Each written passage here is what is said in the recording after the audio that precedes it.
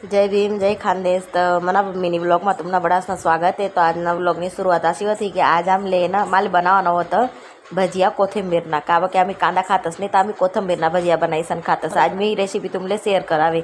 पहिले मी घरनी झाडझूड कर लीधी, नंतर कोथिंबीर बनावવાની तयारीમાં लागी गो। तो मी बडाच करता पहिले कोथिंबीर लिहिलेली होती, मग त्यानं बेसन लिहिलेलं होतं आणि नंतर त्यानं मिरची अद्रक असं मिरची अद्रक आणि बडं कुटीलीन तर बारीक कोथिंबीर थोडीशी त्यामध्ये कढीपत्ता टाकी सर बादમાં ती टाकी दिन था।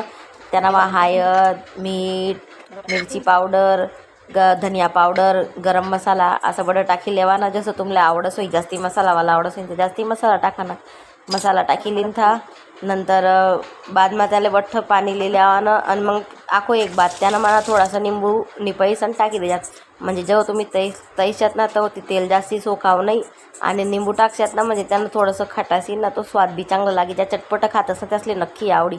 मग नंतर बडं मिलायल्यानं पेस्ट बनायल्यानं पाणी टाकीसन जास्ती पाणी पण नाही टाकानं आणि मग तेलમાં टाकी देवानं। दाखा मना भजिया तयार होई गयात। कोले कोले खावा नाही जल्दी ये लागा मना घर। आणि मला व्हिडिओ जर आवडस होईन तर लाईक करजात, मला फॉलो करजात। भेटूत मग नेक्स्ट व्लॉगમાં। चाला बाय, जय भीम, बाय बाय।